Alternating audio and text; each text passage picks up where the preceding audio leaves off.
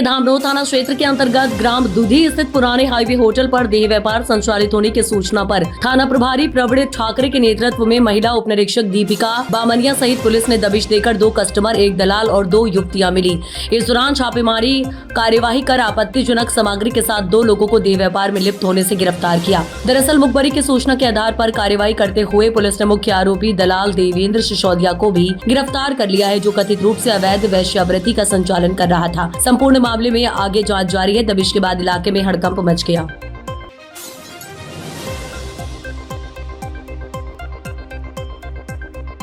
दूधी highway hotel पर क्या कुछ कार्रवाई हुई? आज थाना धामनोद में मुखबिर द्वारा सूचना मिली थी कि एक व्यक्ति जिसका नाम देवेंद्र सिसोदिया है, जो कि अनैतिक देह व्यापार करवाता है। तो मुखबिर की सूचना में तस्दीक करके हम लोगों ने सिविल ड्रेस में, पुलिस वाले और मैं स्वयं भी सिविल में था, हम लोगों द्वारा पंटर तैयार किए गए और उस घटना की तस्दीक की गई। तो सूचना जब सही पाई गई तो जो दूधी रपट पे अपनी दूधी होटल है, हाईवे होटल है, तो वहाँ पर हमारे द्वारा दबिश दी गई। वहाँ पर ये देवेंद्र सिसोदिया और 2 अन्य व्यक्ति शैलेंद्र राजपूत और मनीष कुशवाहा, इन लोगों के साथ 2 युवतियाँ मिली थी, जिस पर से हमारे द्वारा 3, 4, 5, 6, 7 अनैतिक व्यापार अधिनियम की धाराओं में प्रकरण पंजीबद्ध कर लिए गए। इसमें होटल संचालक का भी कुछ अभी प्राइमरी जांच में पता चला है कि देवेंद्र सिसोदिया द्वारा ही होटल लिया गया था। फिर भी जांच जारी है, इसमें अग्रिम कार्रवाई की जाएगी। जी सर, आपका शुभ नाम और पद? थाना धामनोद।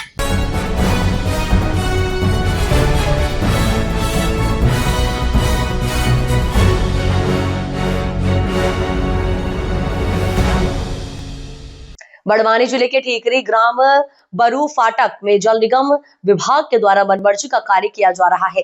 लगभग 700 करोड़ से अधिक की राशि से पेयजल की पाइपलाइन डालने का कार्य किया जा रहा है, जिसमें खुदाई के दौरान अनियमितता नजर आ रही है। वहीं कार्यों में विसंगतियां भी दिखाई दे रही हैं।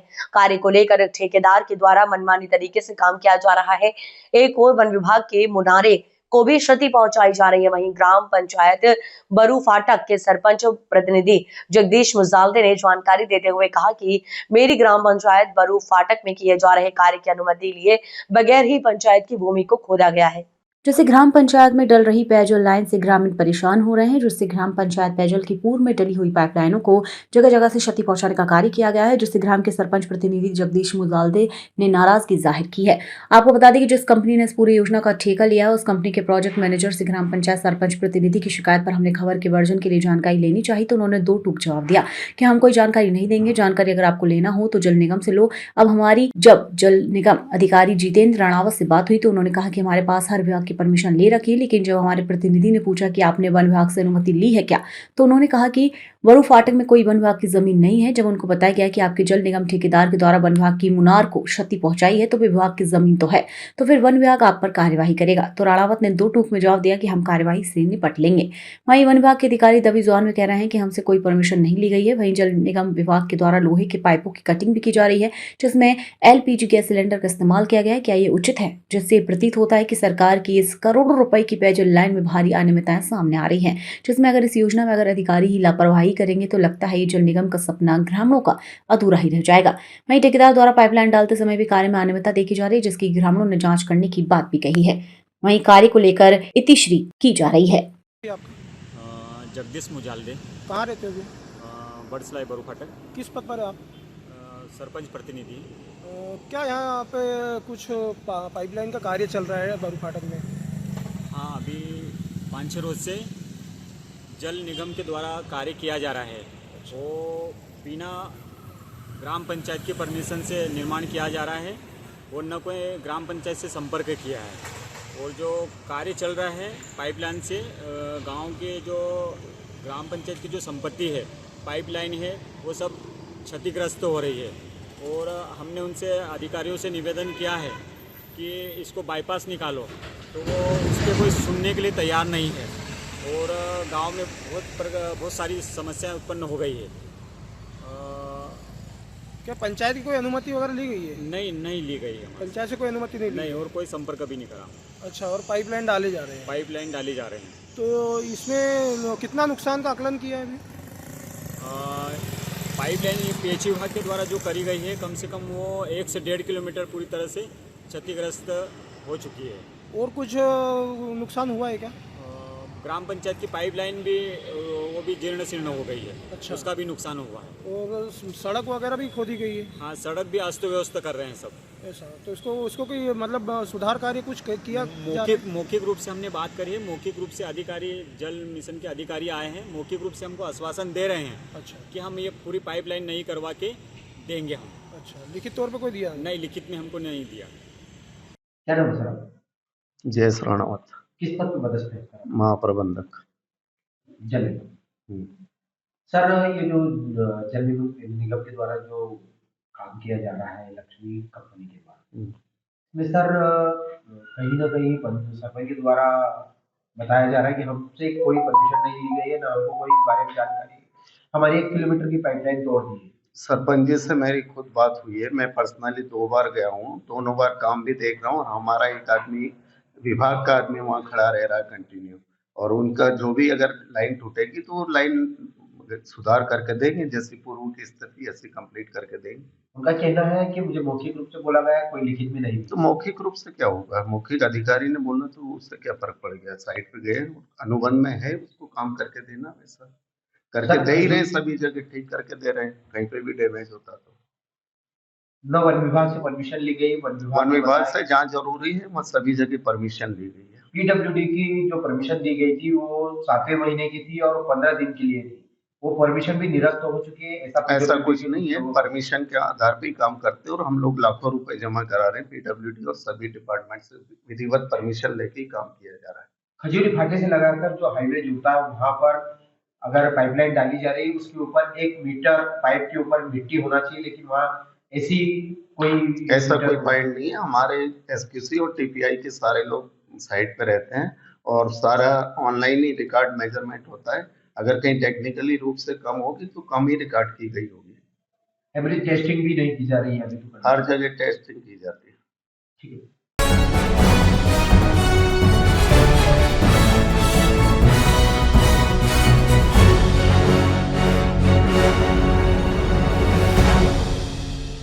देवास में नगर निगम सभापति के प्रोजेक्ट में पार्किंग विवाद मामला मारपीट और धमकी तक पहुंचा। देवास के पॉज सिविल लाइन स्थित आरजे रेजिडेंसी में पार्किंग को लेकर शुरू हुआ विवाद अब हिंसा में बदल गया। फरियादी नमन बोथरा का आरोप है कि रेरा कोर्ट के आदेश के बाद भी पार्किंग नहीं दी गई और विरोध करने पर परिवार के साथ गाली गलौज, धक्का मुक्की और जान से मारने की धमकी दी गई। 9 दिसंबर की रात हुई झड़प में मनन बोथरा घायल। सिविल लाइन पुलिस ने 4 आरोपियों के खिलाफ नामजद एफआईआर दर्ज की है। नगर निगम सभापति रवि जैन ने आरोपों को नकारते हुए इसे पुराना विवाद बताया। पुलिस मामले की जांच कर रही है। देवास पुलिस का बड़ा एक्शन। कल रात्रि को पार्किंग को लेकर बोथरा परिवार के साथ हुई मारपीट में 4 लोगों पर प्रकरण दर्ज। आशीष साधु, आशीष आवटे, अरुण पाटीदार और मानस हाडिया पर प्रकरण दर्ज। 115(2), 296(a), 3(5) और 351(3) के तहत प्रकरण दर्ज। वीडियो मारपीट की दूसरी वीडियो सभापति रवि जैन द्वारा वर्जन में क्या कहा। आप सभी को मेरा नमस्कार। दोस्तों, अभी मुझे ये ज्ञात हुआ कि मीडिया में मेरे लिए एक वीडियो डाला गया है जिसमें कुछ विवाद की स्थितियां दिख रही है। जो वीडियो डालने वाला व्यक्ति है और जिसने मेरे खिलाफ पुलिस में आवेदन दिया है उसका नाम जम्मू कुमार बोथरा है। और ये जो व्यक्ति है ये कुछ मामलों में पैसे के लेन देन के मामलों में शुरुआत से बड़ा बदनाम व्यक्ति रहा है। और जब इस व्यक्ति को इस तरीके का कोई भी कृत्य करना रहता है तो ये सामने वाले को एक प्रेशर बनाता है। जैसे मैं बताता हूँ कि आप मुझ पर किस तरीके से ये वीडियो डाल के एक प्रेशर बनाया जा रहा है।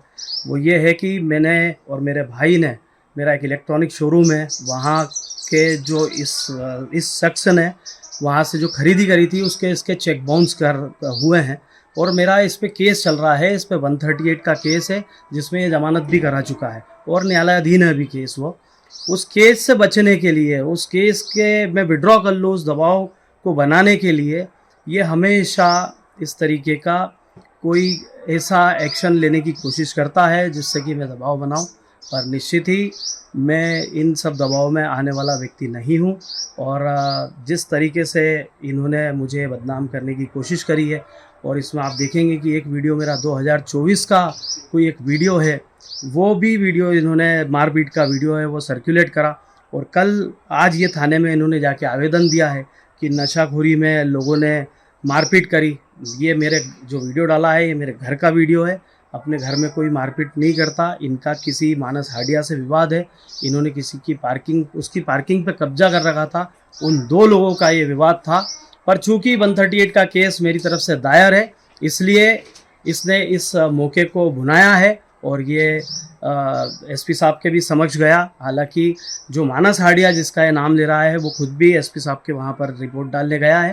तो ये एक भ्रमित करने वाला और ये एक मुझे बदनाम करने की एक कोशिश की है, एक साजिश की है इन्होंने। पर निश्चित ही मेरा केस ये न्यायालय में है और मैं इस केस को लड़ूंगा और ये झूठ का झूठ और सच का सच न्यायालय के समक्ष साबित हो जाएगा। धन्यवाद।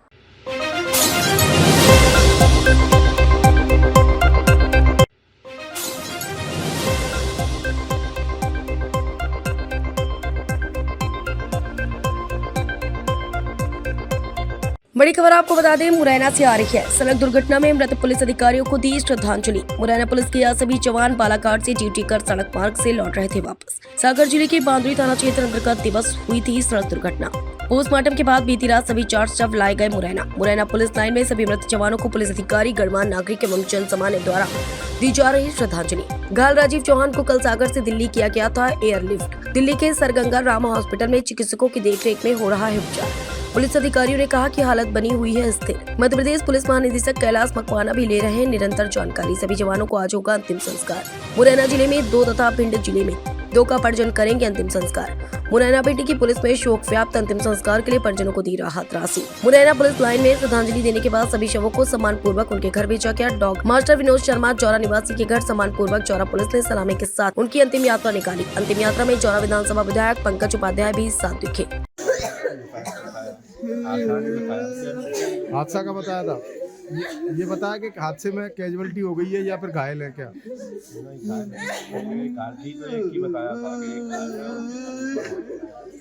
विनोद से आपकी कब से बात हुई थी? कब?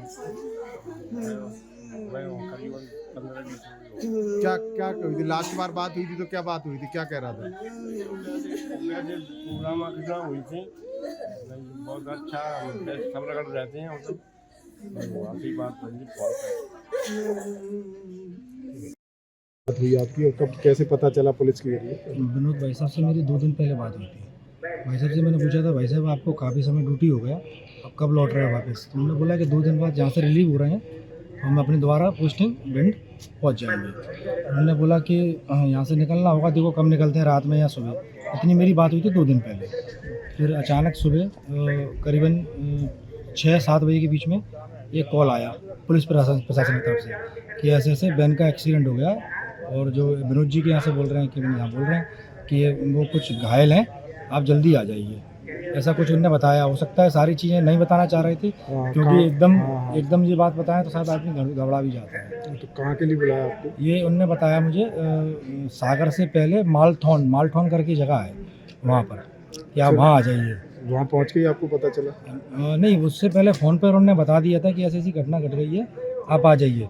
फिर बीच में जाम वगैरह लगा था। प्रशासन दतिया से प्रशासन हमारे साथ में, आगे प्रशासन की गाड़ी चली थी। प्रशासन की गाड़ी ने हमको मालथौन तक पहुंचाया और जो भी प्रशासन की प्रक्रिया रही होगी वहाँ पर पीएम वगैरह जो भी था प्रशासन द्वारा अच्छी रूप से उन्होंने वो पूरा कार्यक्रम वहाँ करवाया। विनोद आपका कौन लगता है? मेरे जी मेरे बड़े भाई के साले हैं। आपका क्या नाम है? मेरा सोनू शर्मा। बहुत ही दुखद घटना है। बालाघाट में नक्सलाइट ड्यूटी करके इनको वापस अपनी यूनिट के लिए आ रहे थे। कुल 5 लोग थे, मैं ड्राइवर के, बीडीएस की टीम थी और सागर से लगभग 40 किलोमीटर आगे रजवास और बांदरी के बीच में इनका आमने सामने की ट्रक के साथ टक्कर हुई है। टक्कर होने से हमारे 4 जवान शहीद हो गए। उनके हम लोग बहुत इसके लिए मतलब श्रद्धांजलि के लिए यहाँ खड़े हुए हैं और बहुत ही दुखद घटना रही है। एक्सीडेंट में इनकी मृत्यु हुई है और इसके लिए हम लोग इनके सम्मान के लिए हम लोग यहाँ एकत्र हुए हैं और अभी जो राशि दी गई है वो इनके दाह संस्कार में किसी प्रकार की कमी ना रहे उसका ध्यान रखा गया। सर एक आरक्षक है वो गंभीर रूप से घायल है। हाँ, उसका इलाज चल रहा है। डीजीपी सर ने और मध्य प्रदेश शासन ने व्यक्तिगत इंटरेस्ट लेकर इसमें क्या नाम है गंगाराम हॉस्पिटल में भर्ती कराया है दिल्ली में, वहाँ इलाज चल रहा है। अभी उसकी हालत स्थिर बताई जा रही है।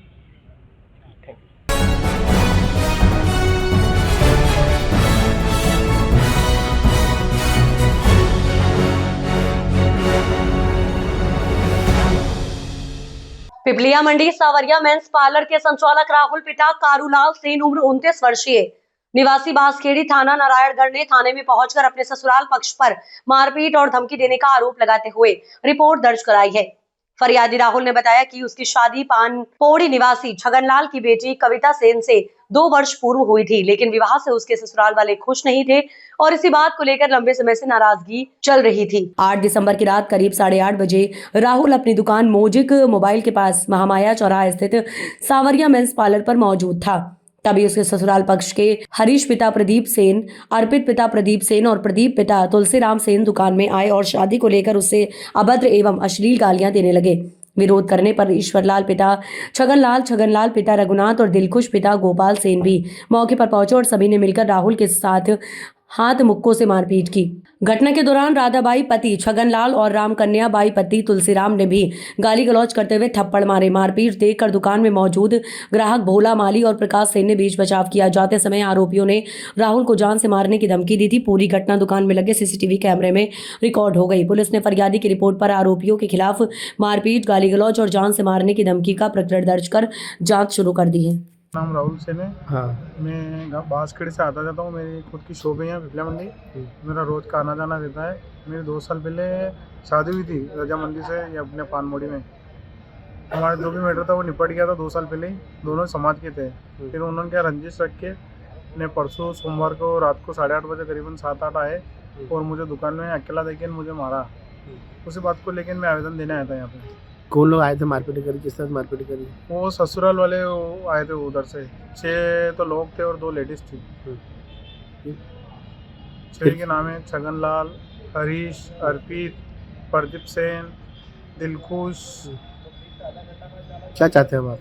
मैं तो ये चाहता हूँ कि इनके ऊपर कठोर से कठोर कार्रवाई हो। क्या नाम आपका? राहुल सेन।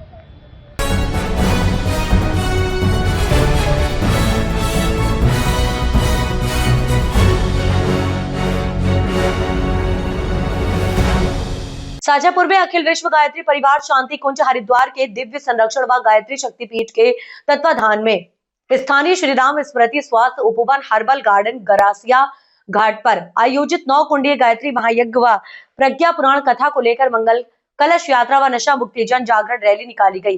रैली स्थानीय गायत्री शक्तिपीठ से प्रारंभ होकर महुपुरा ओमकारेश्वर मंदिर, धान मंडी, किला रोड, छोटा चौक, बड़ा चौक सहित विभिन्न इलाके से होती हुई हाट मैदान स्थित गरासिया घाट पहुंची। इस दौरान कलश यात्रा का जुगा जुगा विभिन्न संगठनों ने पुष्प वर्षा कर भव्य स्वागत किया। वहीं रैली को विधायक अरुण भीमावत ने गायत्री शक्तिपीठ पर संबोधित भी किया।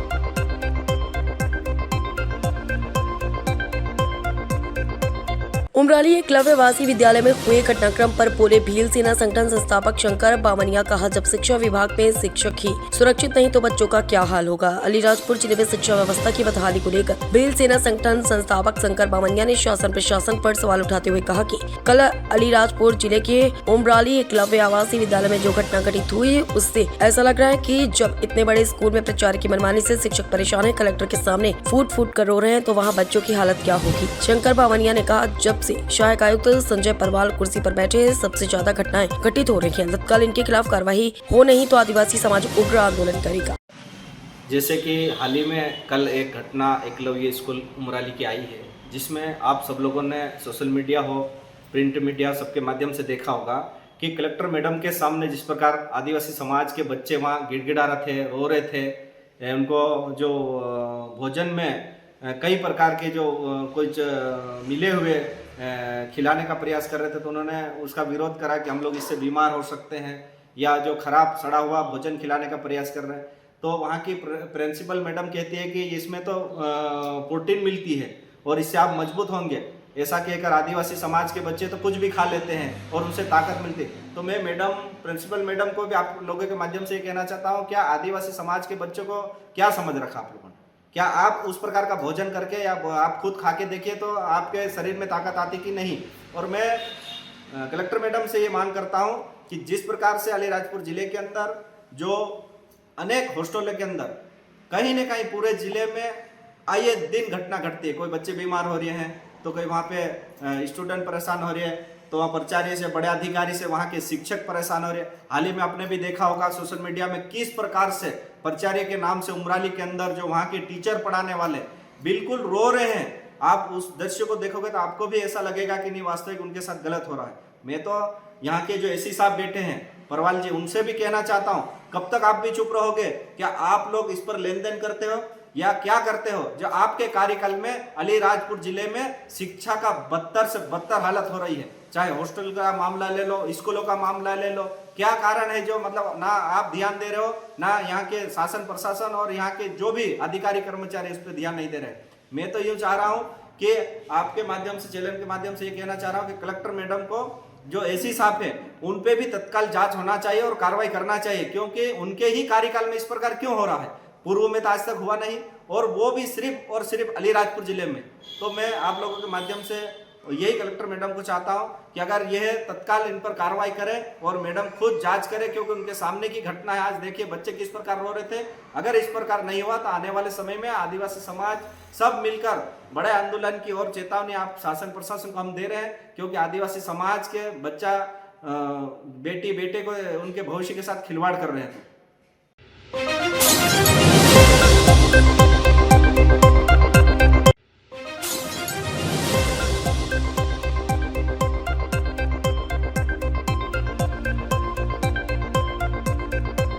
दिल्ली साइबर ठगी करने में एक मामला सामने आया है, जिसमें कृष्ण स्वरूप तिवारी निवासी प्रीतमपुरा दिल्ली ने डिजिटल अरेस्ट के संबंध में शिकायत दर्ज कराई है, जिसमें 2 करोड़ से अधिक ठगी की गई है, जिसमें एक्सटॉर्शन की विभिन्न धाराओं में मामला दर्ज कर अपराध पंजीबद्ध किया गया था। वहीं दिल्ली से स्पेशल साइबर सेल की टीम ठिकरी थाने पहुंची, जहां पर कुछ खातों में लेन देन हुआ है।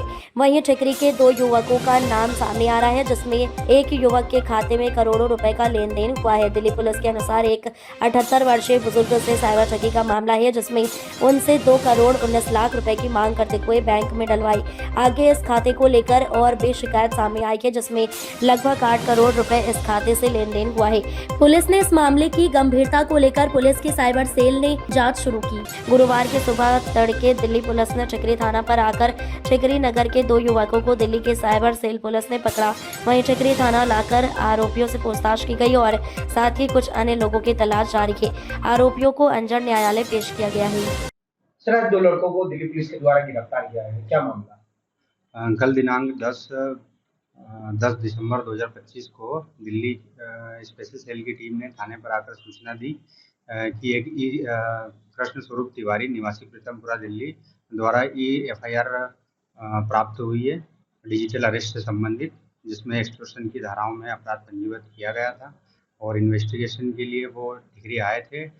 ठिकरी में उनके द्वारा जिन खातों में पैसा गया था उन खातों की तस्दीक करके 2 व्यक्तियों को गिरफ्तार किया गया है, जिनमें से एक दीपेश पिता विनोद पाटीदार है, निवासी घटवा के हैं। दूसरे आरोपी अंशुल पिता नरेंद्र राठौड़ है, ये ठिकरी ब्रजधाम के रहने वाले। इन दोनों को अरेस्ट किया है और इनके कब्जे से उन लोगों ने मोबाइल सिम कार्ड, चेकबुक और ATM वगैरह इनने सीज किए हैं और इनको गिरफ्तार करके आज अंजड़ कोर्ट में लेकर जा रहे हैं। ट्रांजिट रिमांड के लिए पेश करेंगे और इनको अगली इन्वेस्टिगेशन के लिए वो ट्रांजिट रिमांड मिलने पर दिल्ली लेकर जाएंगे।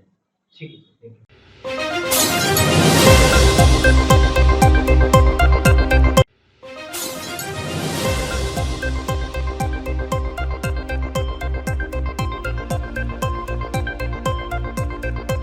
इस वक्त की बड़ी खबर आ रही है शाजापुर से। उज्जैन जोन साइबर टीम की बड़ी कार्रवाई। लोगों को झांसा देकर आर्थिक लाभ का लालच देती थी। 13 लड़कियां व 6 लड़के को पूछताछ के लिए ले गई पुलिस। ब्रोकेज के नाम पर एडवाइस देकर करते थे 7 से 8 लाख रुपए तक करते थे कमाई। साइबर पुलिस ने बताया फहीम व साइकिल नामक युवक मुख्य रूप से करते थे काम। मकान को सेल कर जांच के लिए पुलिस कंप्यूटर हार्ड डिस्क के आरोपी किराए के मकान में करते थे काम। ट्रेडिंग का झांसा दिया जाता है कि आप ये शेयर्स खरीदेंगे तो आपको इतना फ़ायदा होगा। इस तरीके का झूठा फायदा उनको झांसा दे करके और आर्थिक लाभ, आपको इतना ज़्यादा फ़ायदा होगा, इतना ज़्यादा फ़ायदा होगा, ये उनको झांसा दे करके उनसे पैसा जो है अकाउंटों में डलवाया जा रहा था। ये सूचना हम लोगों को मिली थी, तो सूचना की तस्दीक है तो हम लोग यहाँ पर आए थे। सूचना सही पाई गई, कार्रवाई की गई है। आज कितने लोगों की गिरफ्तारी हुई है और अभी तक क्या क्या मामला सामने आया है, कितने की धोखाधड़ी हो सकती है?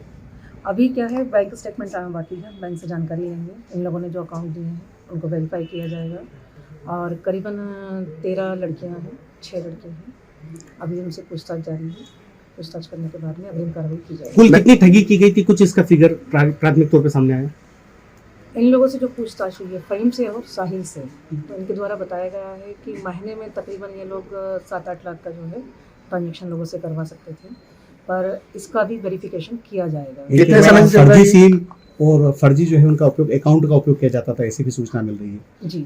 मैम कितने महीने से चल रहा है ये बता रहे हैं 7-8 महीने से चल रहा है। इसको भी वेरीफाई किया जाएगा कि कितने महीने से इनके द्वारा जो संचालित किया जा रहा है। मुख्य कौन कौन है इस पूरी टीम में? इसमें फाइम गौरी और साहिल। मैम इनको कॉल सेंटर के तौर पे चलाया जा रहा था, यहाँ पे ऊपर किस तरीके से ये पूरा चल रहा था? ये ब्रोकेज का नाम लेकर के उसमें जो है जनता को एडवाइस भी करते थे कि आप ये शेयर्स खरीदेंगे तो आपको इतना फायदा होगा। जस्ट लाइक एक एडवाइजरी के तौर पे इसको चलाया जाएगा। इनको गिरफ्तार किया सभी को या हिरासत में? अभी इनसे पूछताछ की जाएगी। मकान भी सील किया गया, किस तरह का? जी, इसको सील किया गया है। अच्छा, ये आज जो कार्रवाई थी, कहाँ की टीम इस कार्रवाई में सम्मिलित हुई है? यहाँ पर जो है स्टेट साइबर जोन उज्जैन की पूरी टीम है।